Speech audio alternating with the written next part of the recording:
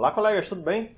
Mais um dia aqui do nosso curso de Direito Previdenciário após a reforma da Previdência, onde nós estamos analisando como é que ficou o direito previdenciário depois da emenda constitucional número 103 de 2019. O tema de hoje é a aposentadoria por idade. Como é que ficou a aposentadoria por idade, então, depois da reforma da Previdência? Mas antes, eu gostaria de agradecer, porque nós alcançamos aqui no canal 50 mil inscritos. E em comemoração aos 50 mil inscritos, nós iremos fazer uma promoção, um sorteio para participar durante um mês do nosso curso de formação continuada do advogado, com acesso a todo o material que está disponível lá na plataforma. Mas para isso, você precisa primeiro nos seguir no Instagram, nosso @advocaciajato-oficial, porque é lá que faremos o nosso sorteio, tá joia? Então, se você quer participar dessa comemoração pelos 50 mil inscritos aqui do canal Advocacia Jato,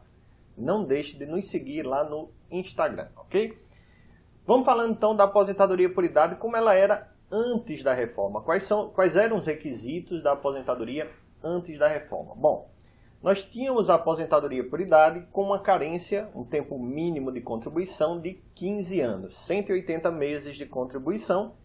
A idade mínima, que era de 65 anos para o homem, 60 anos para as mulheres.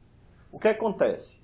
Para o trabalhador rural e para a pessoa com deficiência, essa idade era reduzida em 5 anos. Então havia uma redução de 5 anos da idade para a aposentadoria do trabalhador rural e da pessoa com deficiência.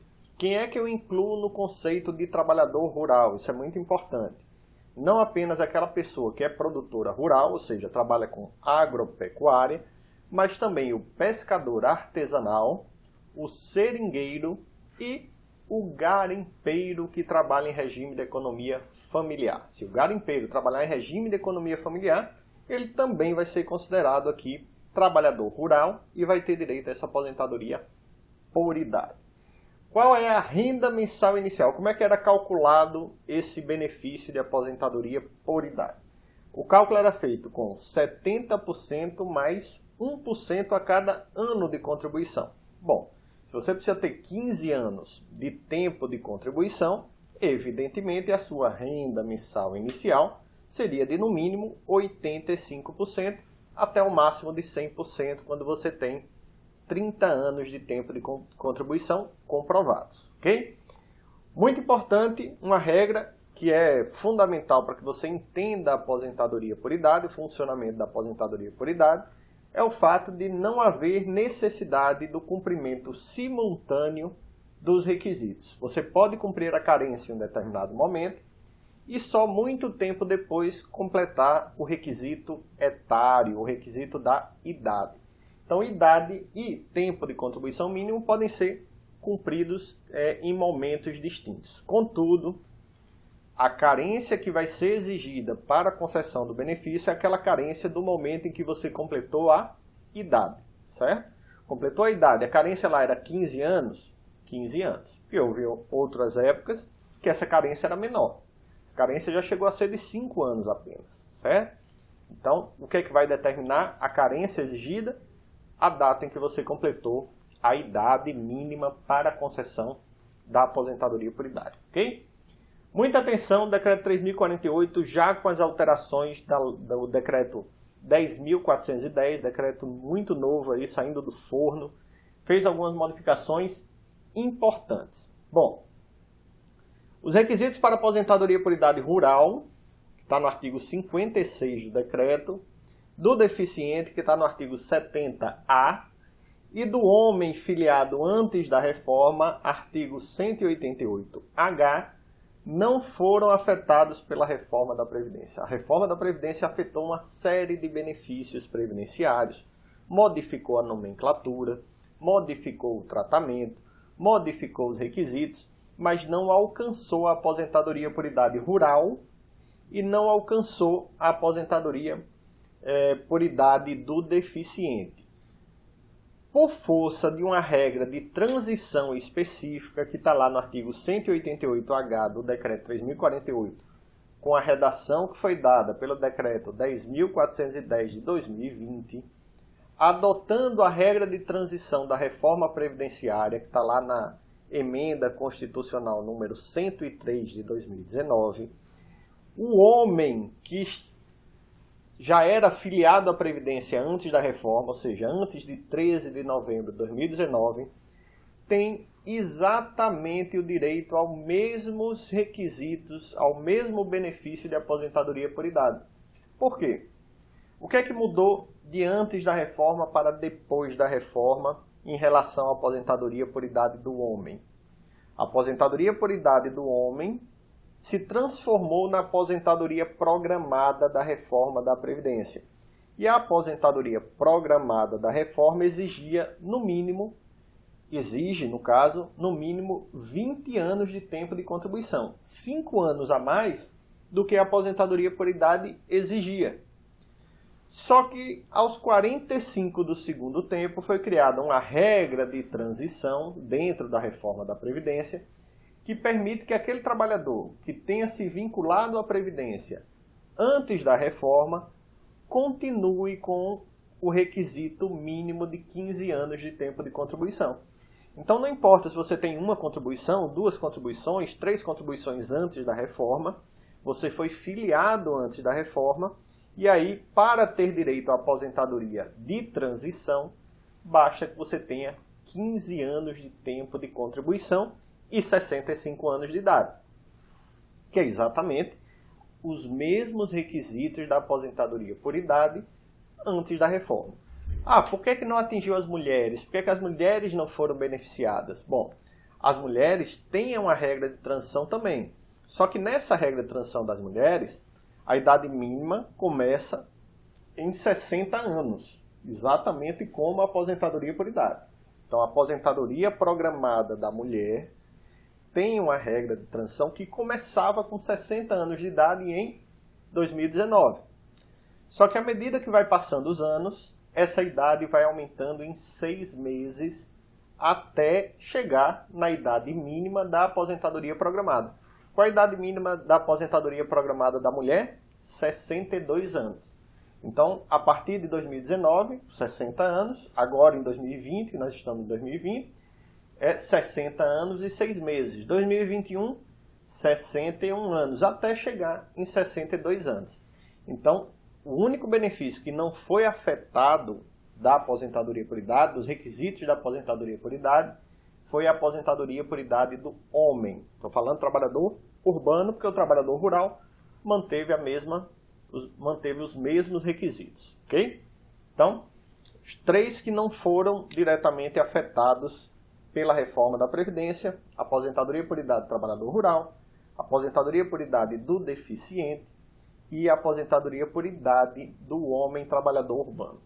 Quando eu digo que ele não foi diretamente afetado, não é bem assim. Houve 2 situações de modificação legislativa, de modificação feita pela reforma da Previdência, que acabaram afetando esse benefício de aposentadoria por idade, certo? Uma ruim, a outra boa. A modificação ruim da aposentadoria por idade diz respeito ao cálculo do salário de benefício, que a gente sabe que todos os benefícios acabaram sendo afetados. Antes da reforma da Previdência, a gente podia excluir do cálculo do salário de benefício os 20 meses, os 20% de meses desse período de julho de 94 até a data de aposentadoria que fossem menores. Então, com isso, o salário de benefício, que é a média das remunerações do trabalhador de julho de 94 até a data da aposentadoria, ficava um pouco melhor. Bom, se você vai excluir 20% de meses que você recebeu uma remuneração menor, é fato que o salário de benefício, feito com a média de 80% dos maiores, fica melhor. Com a reforma da Previdência, esse salário de benefício é calculado em cima de 100% dos salários de contribuição das remunerações de julho de 94 até a data da aposentadoria. Você que está pensando aí na tese da vida toda, a tese da vida toda quer mudar inclusive esse limite de julho de 94, né? Quer permitir que você use todas as contribuições do trabalhador. em algumas situações é vantajoso. O salário de benefício, então, é afetado, o salário de benefício das aposentadorias todas acaba sendo afetado porque ele é calculado com base em 100% dos salários de contribuição. E a alteração positiva foi em relação ao limite de 60%. Vamos ver basicamente onde é que a gente tem essas informações dentro do decreto 3.048. Bom, com relação ao salário de benefício, é o artigo 32 que nos diz que o salário de benefício deve ser calculado com o resultado da média aritmética simples dos salários de contribuição e das remunerações correspondentes a 100% do período contributivo desde a competência de julho de 94, ou, se você se vinculou depois à Previdência Social, da data de início de sua contribuição, se posterior a essa competência. Esse é o salário de benefício atual. Antigamente ele era de 80%. E aí é que vem a questão do limite de 60%. A Lei 9.876 de 99, que alterou na época, lá em novembro de 1999, a forma de cálculo do salário de benefício, previa no artigo 3º a média aritmética simples de 80% do período contributivo, aquela situação que eu disse que você pode excluir os 20% menores, porém no parágrafo 2º colocava que no caso das aposentadorias, inclusive a aposentadoria por idade, o divisor considerado nessa média teria que se referir, não poderia ser inferior a 60% do período decorrido da competência de julho de 94 até a data de início do benefício. O que é que isso quer dizer? Bom, principalmente para a aposentadoria por idade, isso é um impacto muito grande. Imagine que o seu cliente completou a carência, não precisa simultaneidade, né? Completou a carência toda antes de julho de 94. E depois de julho de 94, lá para 99, ele contribuiu muito pouco. Ele chegou lá no ano 2005, quando completou 65 anos, e pagou apenas 5 anos desse período. Na verdade, segundo o parágrafo 2º, o cálculo dessa média não seria feito com base em todas as contribuições dele, mas sim com base apenas nas contribuições que ele fez de julho de 94 em diante. Com o limitador do parágrafo 2º, ou seja, o meu divisor em número de meses teria que ser de pelo menos 60% do período de julho de 94 até a data da aposentadoria. Bom, se eu tenho 10 anos de diferença entre julho de 94 até a data da aposentadoria, eu tenho que ter como divisor pelo menos, se são 120 meses, 10 anos, 60 meses. Né? Então, se eu contribuo muito pouco, se eu contribuo 30 meses, 40 meses, é natural que o meu salário de benefício caia muito. Essa é uma das situações que é resolvida pela tese da vida toda. Por quê? Uma vez que meu cliente tem contribuições anteriores a julho de 94, eu vou poder usar essas contribuições para, de fato, realizar uma média. A questão é que a reforma da Previdência mudou o critério de cálculo do salário de benefício. Então, a reforma previdenciária revogou tacitamente a regra do artigo 3º e, em consequência, a regra do parágrafo 2º. Bom, uma vez que ele se refere aqui à média que se refere o caput do artigo 3º, ele vai estar sendo incoerente com a regra da reforma da Previdência, que manda que a média seja feita com base em 100% do período contributivo de julho de 94 até a data da aposentadoria. Então, modificação boa aí da reforma da Previdência, uma modificação que permite que você faça o cálculo de fato com a média das remunerações de julho de 94 até agora. Diminuir um pouco os efeitos deletérios, aí, danosos do parágrafo 2º do artigo 3º da Lei 9.876, ok? Muita atenção a isso que eu vou dizer agora, tese nova, coisa para a gente trabalhar junto aos clientes, certo? É a tese da regra da exclusão. Novidade da reforma da Previdência, novidade do decreto 10.410 de 2020, ele permite que nas aposentadorias programadas você exclua do cálculo da média lá, aqueles salários de contribuição que resultariam em diminuição do valor do seu benefício. Como assim?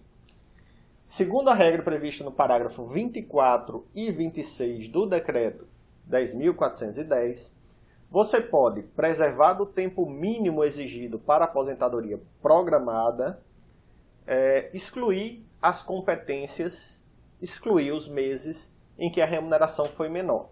Então, a aposentadoria programada, a gente viu, do homem exige 20 anos de tempo de contribuição. Seu cliente tem 30. Só que 10 anos ele contribuiu num valor muito baixo, que se eu colocar na média, ele vai reduzir o meu salário de benefício e, consequentemente, reduzir a minha renda mensal inicial. O que é que o decreto permite? Que você exclua esses 10 e faça o cálculo apenas com base nos 20 anos de contribuição, que é o mínimo exigido para a aposentadoria programada, e que vai resultar uma média maior. Então, apesar de eu não poder excluir os 20% menores assim imediatamente, eu posso, analisando caso a caso, excluir os meses que eu entendo que vai causar uma redução no valor do meu benefício, desde que eu preserve o tempo, os 20 anos exigidos como mínimo da aposentadoria programada do homem ou 15 anos da aposentadoria programada da mulher. Isso, evidentemente, tem uma consequência no cálculo da renda mensal inicial dessa aposentadoria. Bom, se eu tinha 30 anos, a minha renda mensal inicial é de 60% por conta dos 20 anos mínimo exigido para a aposentadoria do homem, mais 20% por conta dos 10 anos que eu tinha mais de 20. É uma regra de cálculo da renda mensal inicial. Então, meu benefício seria calculado em 80%. Veja, eu tirando esses 10 anos, eu só vou poder calcular o meu benefício em 60%. Porém, ainda assim, se esses valores que compõem o seu salário de benefício há mais de 20 anos causarem uma redução muito grande no valor do seu benefício, pode valer a pena. Então, a análise tem que ser feita caso a caso. A análise tem que ser feita com muito cuidado pelo advogado responsável pelo planejamento previdenciário do cliente, ok? É isso aí, pessoal. Terminamos a aula de hoje. Espero que tenha gostado. Aproveite. Não deixe de nos seguir lá no Instagram, porque nós faremos o sorteio lá no Instagram de um mês absolutamente gratuito no nosso curso de formação continuada, com material didático, aulas gravadas, mentoria ao vivo, coletiva, para que vocês possam aproveitar todo o potencial do nosso curso, tá joia? É isso, pessoal. Muito obrigado a todos, então, e até a próxima.